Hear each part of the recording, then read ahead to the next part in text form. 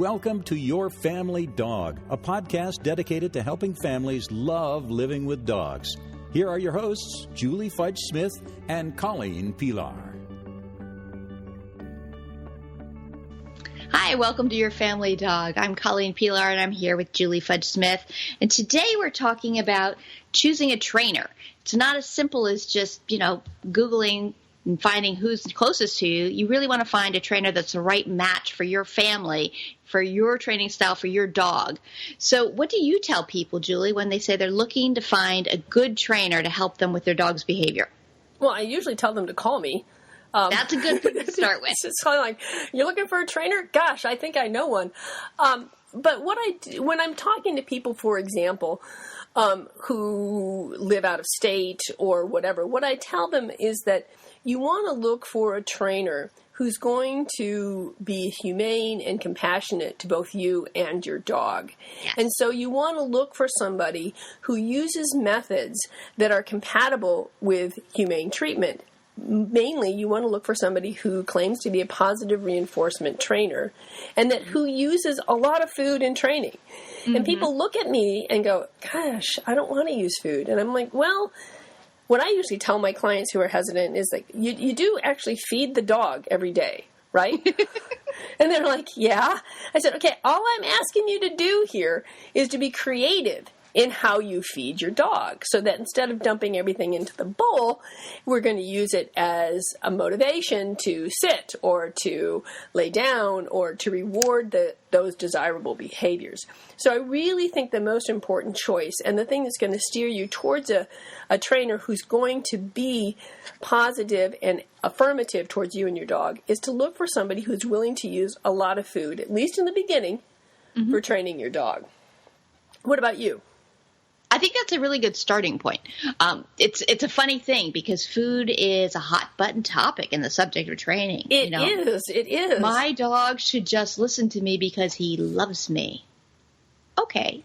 But you do really want to work on reinforcement history and relationship here. And, That's and the food can be a piece of that. It's not that you're buying the love. It's that you're setting up situations in which we can create good, fun learning. And learning should be fun. It should. Learning should be fun. And I think that is one of the mistakes that we see a lot in dog training is there are the people who believe that learning should be fun, and there are people who believe that thou shalt obey me under all circumstances at all times and must be perfect.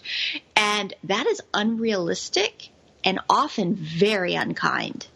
Correct. So we really want to look for a trainer who's really setting your dog up for success. And there are some really good questions for that. There's a trainer named Jean Donaldson who runs an academy for dog trainers, and it's a really good program. She has 3 questions that she particularly encourages people to ask, and I think that they're excellent because they can help.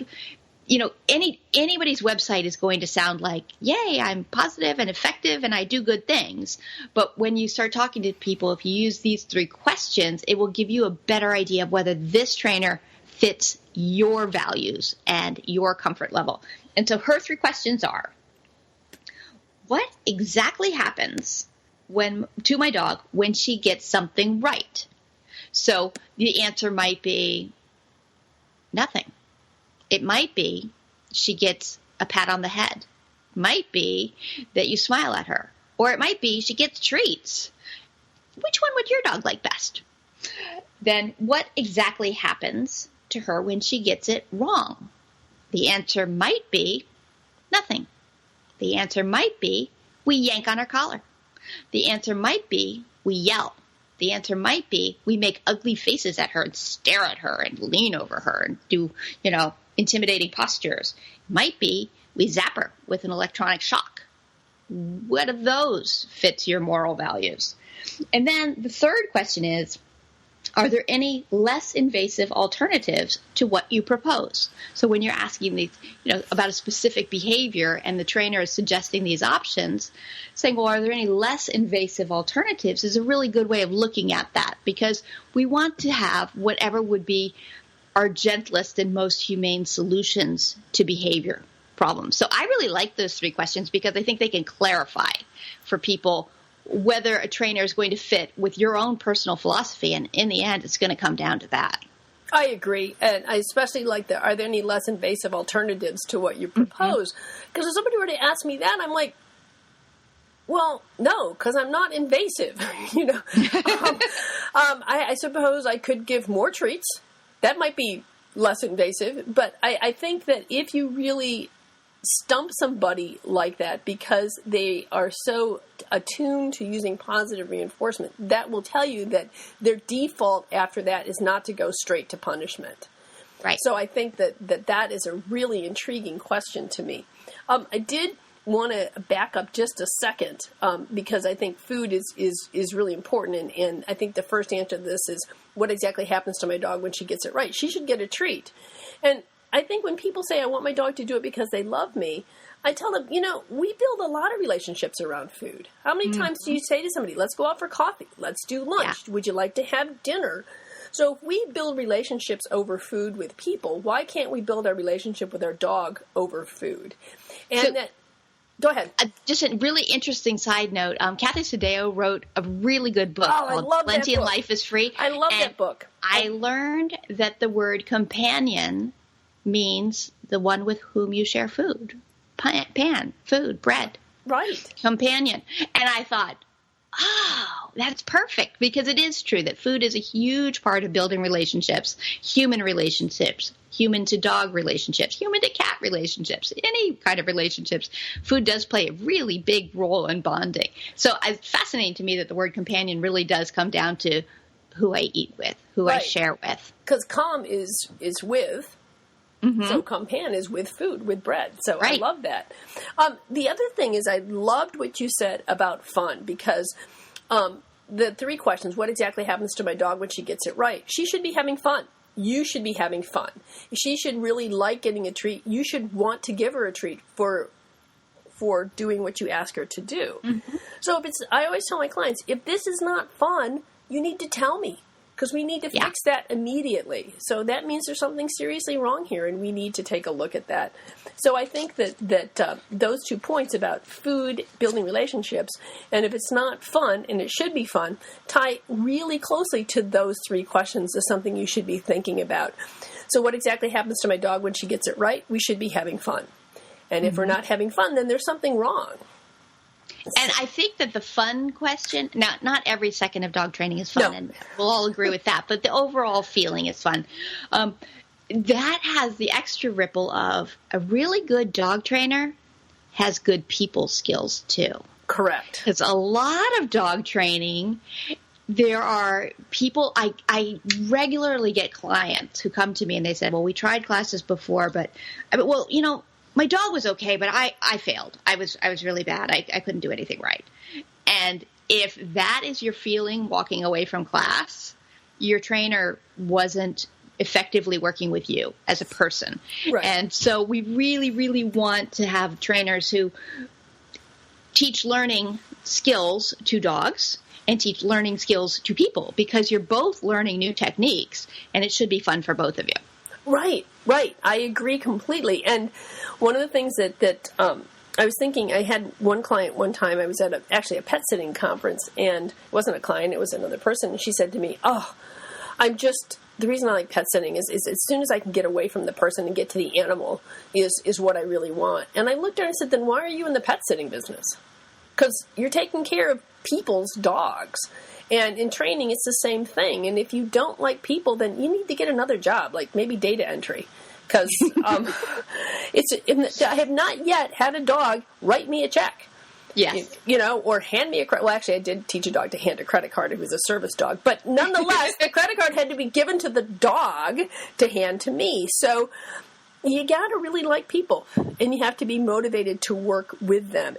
Because what I'm aiming for, and it's a terrible business model, but what I'm aiming for as a trainer is to give you skills for a lifetime of learning with your dog. So that eventually you're not going to need me, which, like I said, is a terrible business model. But it's the model that I work towards because I want people to have fun and enjoy learning and living with their dog for the entire life of the dog. So it's important that you have fun. It's important that you don't feel as if you're failing, but as if I'm making some success, because that's what's going to motivate you to continue to work with your dog and to have a working relationship throughout your dog's life. So then when we're looking for a trainer, some things you can do. First off, you can ask friends and neighbors, because word of mouth references can be very helpful to finding who makes people happy, who has effective skills, who's in your area, that kind of thing. Talking to your vet about who's in the area, good options too. And of course, our friend Google. But recognizing, of course, that all of those are your starting point, and that you're going to then need to make contact on your own and ask some questions and find out some things.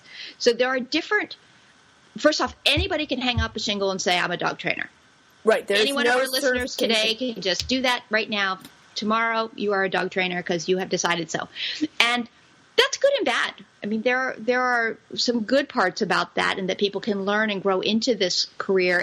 And there are some also parts that we worry about whether people are properly educated and doing the right things. Dog training is a profession. You want someone who takes it very, very seriously. So there are lots and lots of different certifications for dog trainers. The Association of Professional Dog Trainers has a list on their website of letters that you might find after a dog trainer's name. And I was looking at that the other day and was stunned to find there are 85 different options. 85. 85. And we'll put a link to that in the show notes. So those letters, they're for different programs, different certifications, different things like that. There are a few independent boards that provide certifications for dog trainers. So there are academies that train trainers and then provide letters. So you've gone through our program and you get these letters. And then there's some independent boards where they assess the knowledge that you've gathered throughout all of your learning. So different things mean different things. But the first thing I'll tell you is that if there are letters after a dog trainer's name, it means that they're taking it seriously, that they're interested in their own education, their own development as a trainer. So we can put a link in so you can find out what some of those letters mean. But the big thing to be thinking about is this a little hobby just for fun, winging it kind of thing, or is this something people are taking seriously? And you want a dog trainer who's very, very committed and passionate to learning as much as they can about dog behavior, about changing behavior, and about people. Absolutely. One of the things is it's not enough. In fact, it's really not all that important whether how much you love dogs all your life or whether you had them when you were growing up. What do you know about the science of dog training? Who have you taken seminars from? Some of the things that these people, and a serious dog trainer, somebody who sees it as a profession, is going to have a website. So if they don't have a website, that might be your first indication that this is not something that they take seriously. And ask them about their continuing education.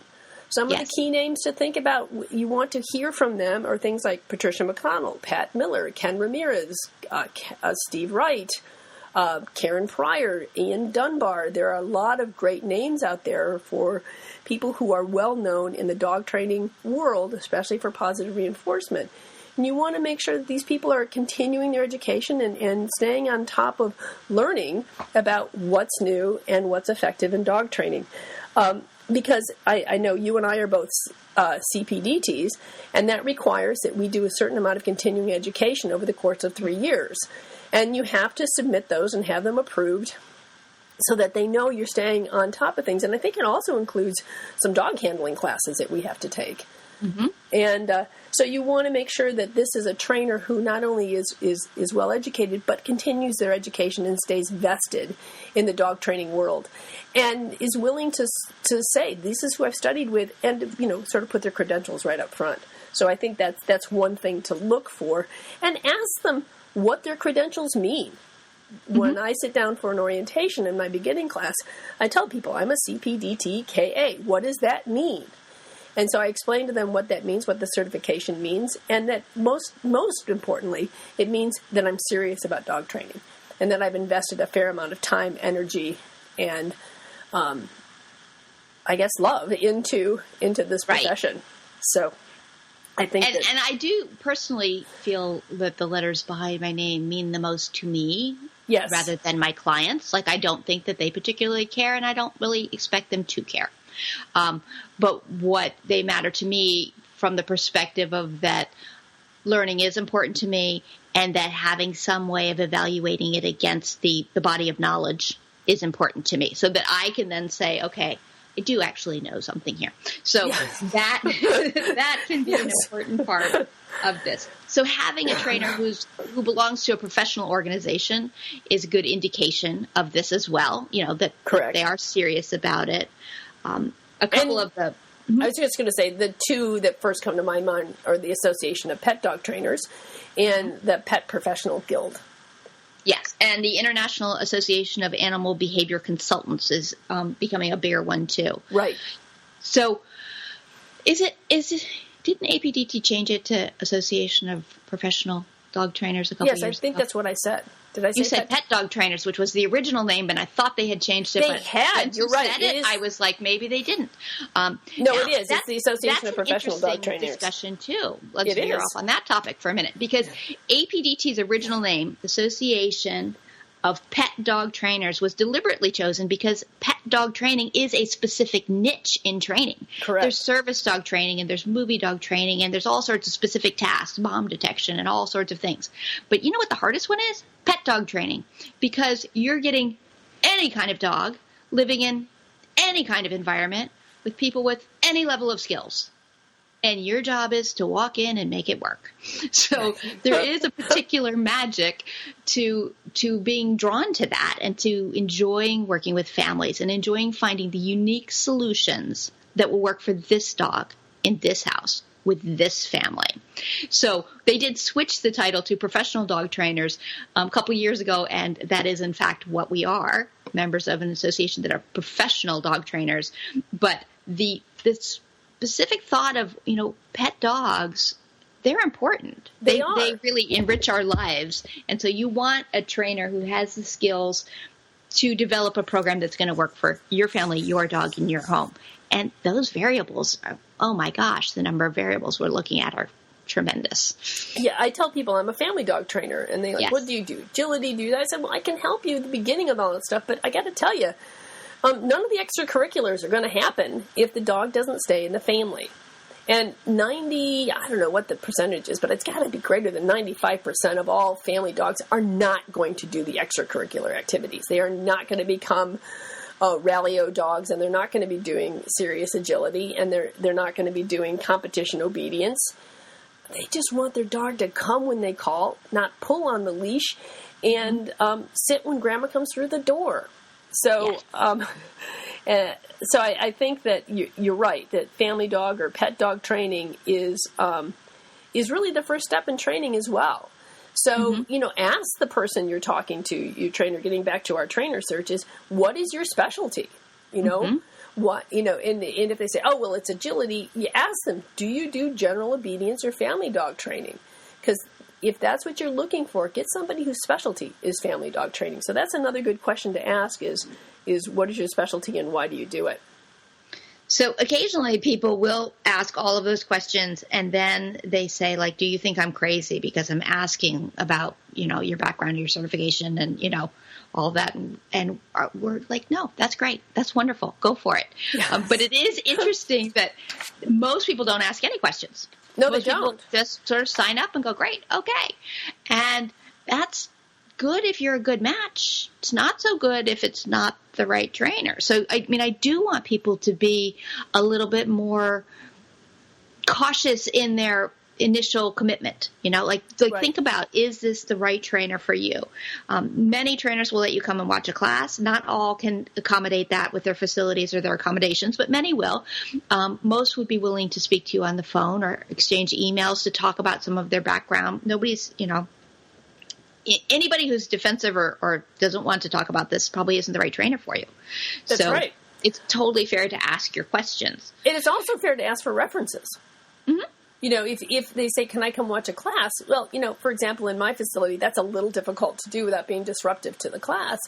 So depending on the class, I may say, yes, you can't come to the beginning class because that's too disruptive, but you can come watch my intermediate class because the dogs are more focused. So that's going to show you where you're headed. Or I say, I'm happy to provide references of clients, both private and group clients, who you can talk to and find out if They like what I do. And the other thing is going back to having a website, there should be testimonials on the website as well. There should be people saying, this is a great dog. Maybe you can, for example, I'm a member of Thumbtack, and people can leave reviews for me. And if they leave a review, good or bad, it goes up on my site. So in the, I don't know how many years I've been a member of Thumbtack, I've had only one mediocre review. The rest have all been 5-star reviews. So that's another thing, is find out what their social media is like. What are people saying about them on Facebook? What are they saying on Facebook? Are they a member of anything other like Thumbtack or LinkedIn or someplace else where you can get some feedback that's not purposely put up there by the trainer? That's another good area to look at. Mm-hmm. So the subject that we've only sort of tangentially touched on is that there are trainers who are going to use methods that are harsh or inappropriate or fear-based methods. And we would say never. Don't. Correct. Stay far, far, far away from those. So when you're talking to a trainer and they're talking about, that they can make things happen or that they can guarantee their results, those are actually tricky buzzwords, and you want to be really careful about them because they typically imply an escalating level of force and often some methods that are less than desirable and possibly even very, very dangerous and could increase the likelihood of aggression or behavioral problems in your dog. So we're very, very strongly advocating. The buzzword is positive reinforcement trainer. Unfortunately, so many people now say that even when they're not, that we get stuck in the vocabulary lesson. So ask them. The question is, if they say they're positive, right? But you can also ask them, what methods are you actually going to use to train my dog?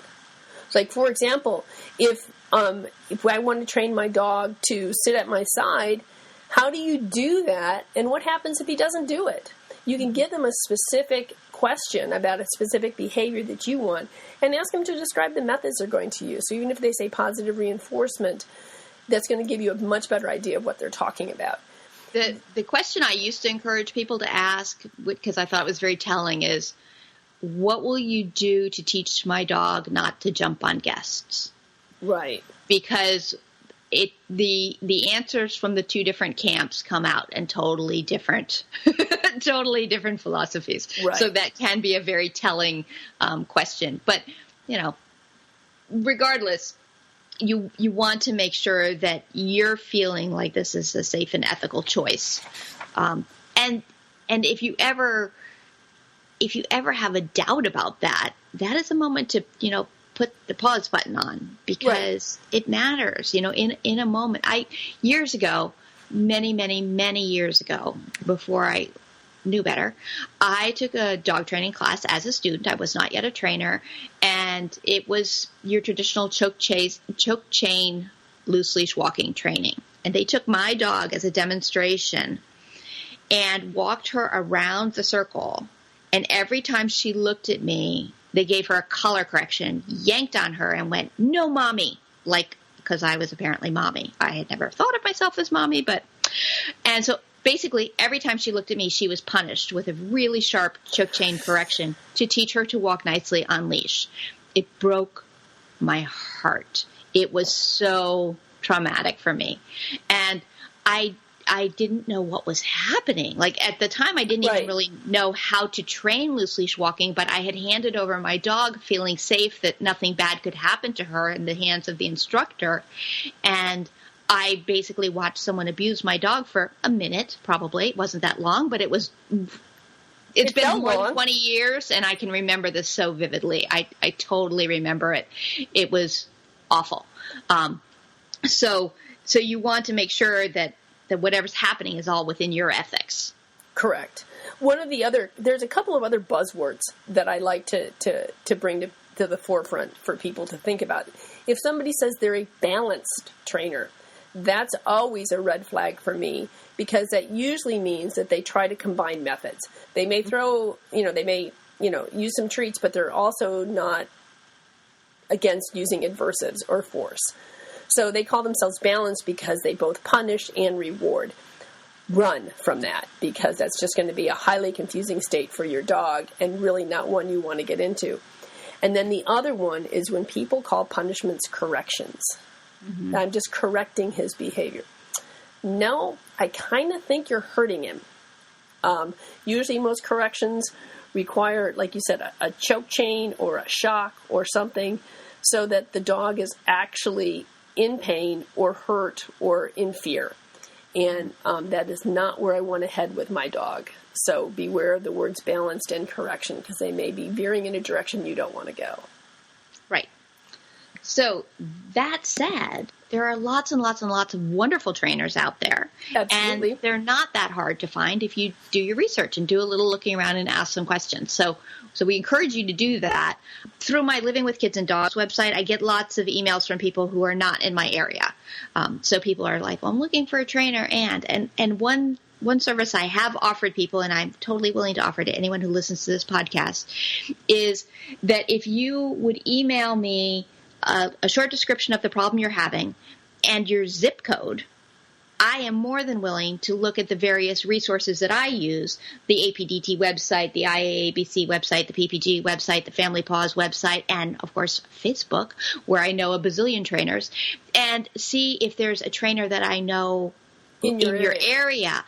And even if I don't know one super close to you, I can probably get one close enough that trainer can refer someone who can help you, So that is completely an option I'm happy to do. Our email address is feedback@yourfamilydogpodcast.com.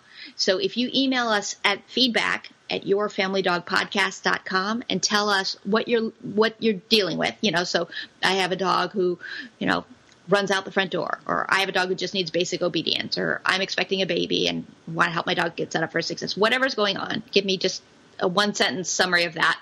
And where you live, zip code's helpful because I am very geographically challenged. So, if it's like one state over, right? It's like 5 miles over the state line. That's super close. I have no idea. So if it's a zip code, I can find things with searches because the internet is not geographically challenged. It helps me. So that is an option too. That's a great option. And yes, I do something similar. People will ask me, I need a trainer in my area. And I will tell them, okay, if you want to do a zip code search at the APDT website or the PPG website, and then send me, what you came up with. And we'll take a look at the trainers and I'll tell you which ones I think would be worth some further investigation. Because even if we recommend somebody, unless we know them personally or we've worked with them, you still are going to have to ask these questions. Oh, yeah. You have to ask the questions regardless. Because it could be that they answer all the questions right, but you two don't get along. Mm-hmm. And, that's perfectly understandable, too. I don't know. You are the nicest person I know, so you probably like everyone you meet. Me, being not the nicest person that I know, do not like every person that I meet, and it's not, even if you have all the right training methods, I might not want to work with you because you annoy me. So, not you, personally. You don't annoy me at all, Colleen. But that's something to think about, too, is that you have to get along with the trainer, so it might well be worth it, even if they've got every credential that you want. Is talk to them on the phone and see right. if there's some sort of simpatico between you. I think a couple of links that we will put on the show notes. Let's do a link to Kathy Sadeo's book. Yes. Some Things in Life Are Free. I also wrote a blog. Plenty in Life is Free. What? I think it's Plenty in Life is Free. Is it? Yeah. Is that it? I don't know. I've got it on my bookshelf. It is. Okay. I'm pretty sure. Yeah. We both look back at our work. She will forgive us if we. Yeah, we did just both peek over our shoulders, look at our own bookshelves. You're right. I think it is Plenty in Life is Free. And I actually wrote a blog about it, so we can put my link to the blog, too. Because I also talk about other things like NILIF, as well as, Some Things in Life and Free, or so on and so forth. So we'll put a link to Kathy's book in my blog, to a link to APDT, IAABC, PPG, Family Paws, all places you can do a beginning search for a trainer. There's also, I just wrote a blog on how to choose a trainer, so we'll put that up. And also, within that was a really terrific article that was put out by Companion Animal Psychology, literally titled, How to Choose a Dog Trainer. It's a very long article, well worth the read, because they go into a great deal of detail about questions to ask and things to look for in a trainer. We'll put a link to the companion animal psychology article as well. Yeah, it's well worth a read. Well worth a read. It is long. It's like 12. I'm going to warn you, it's 12 pages. So read the whole thing. So you can do it. I know you can. They've already invested 30 minutes in listening to us babble about it. So that's right. We can get 12 pages done. I hope so. And then we're going to make you write a book report on it and submit it in feedback. So in the end, I think our main points are good dog trainers like dogs. Yes. They like them. They enjoy normal dog behavior. And good dog trainers like people. So that's what you're looking for. You're looking for someone who celebrates dogs and likes to channel their natural instincts and likes to give them direction, right. Not just suppress. And you're looking for someone who wants to come and work with you and who enjoys their time spent with you so that you and your dog will both enjoy working with your trainer. Absolutely. Okay, I think that's it. I think we'll see you next week. Have a great weekend, Colleen. You too. See you later. Thanks for listening to Your Family Dog. Got questions? Interesting ideas? Colleen and Julie would love to hear them. Call 614-349-1661 or visit www.yourfamilydogpodcast.com to share your thoughts. Have you visited our website lately? In addition to our previous episodes, we also have a list of resources that you and your dog may enjoy. Check it out at yourfamilydogpodcast.com.